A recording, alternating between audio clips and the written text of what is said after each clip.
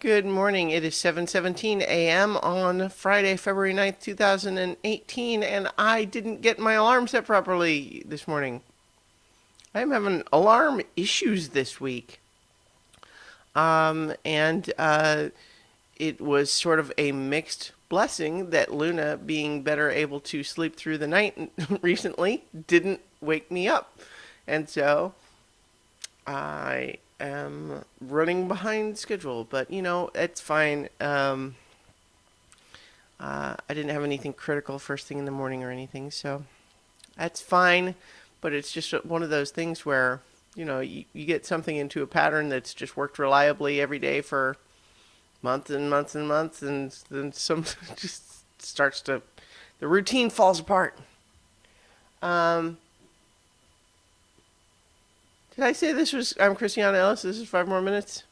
I can't even brain.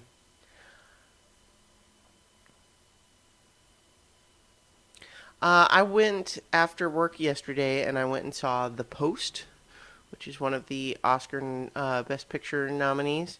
That it's for nominated for Best Picture and for Meryl Streep as Best Actress, and that's actually all the nominations it has.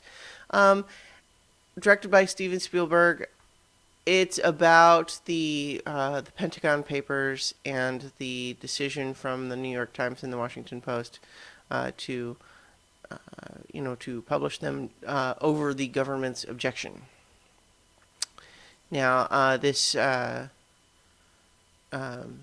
movie focuses more on the Washington Post side, but it was okay.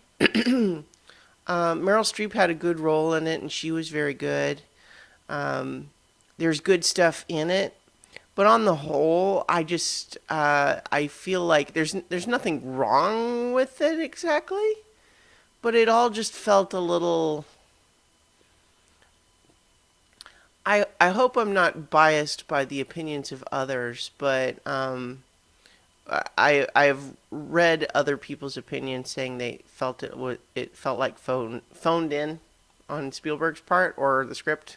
I don't know. It just felt kind of easy.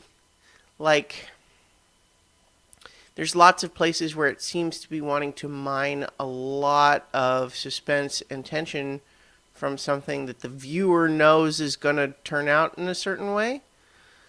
I mean, to some extent, that's the hazard of any time you're making a movie about a historical event, is that to some extent the audience knows the outcome already, but this movie kind of acts like we don't. And so there's like long, lingering, tense shots of trying to make this decision that we know is made already. We know how it's going to go. I don't know. It's okay, but it's definitely not. I would say not in the ranks of Spielberg's best. Certainly not my favorite of the Best Picture nominees I've seen so far. But it's fine. There's nothing wrong with it. It's not bad. It's just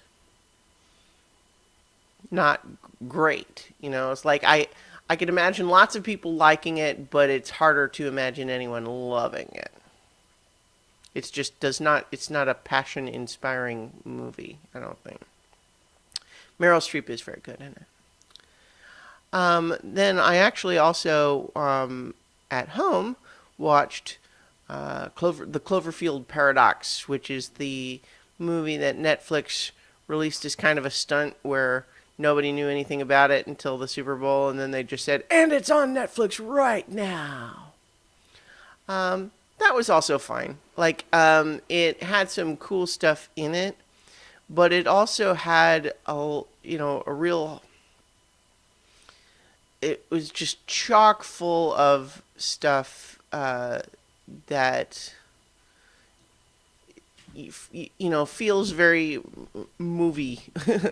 That doesn't make any sense. What I'm getting at, I think, is just that there's a lot of stuff in it that it makes no effort to make sense. What it does instead is it comes up with a conceit that allows weird things to happen, and then just lets whatever weird thing it wants to have happen. There's no rules about it. It's just like, okay, well, we want X to happen. We have all these cool ideas for a weird thing to happen. So let's just come up with a movie conceit that says weird things are going to happen, and so whatever weird thing we can think of can happen, and that's just the explanation. But there's some good stuff in it, and I enjoyed it. But it's also just I'm just not going to go down in the pantheon of great science fiction horror movies. That said, I am just fine with them continuing to make lots of science fiction horror movies. Yep, yep. But in the meantime, I have got to finish getting ready for work, so I will talk to you tomorrow for 5 more minutes.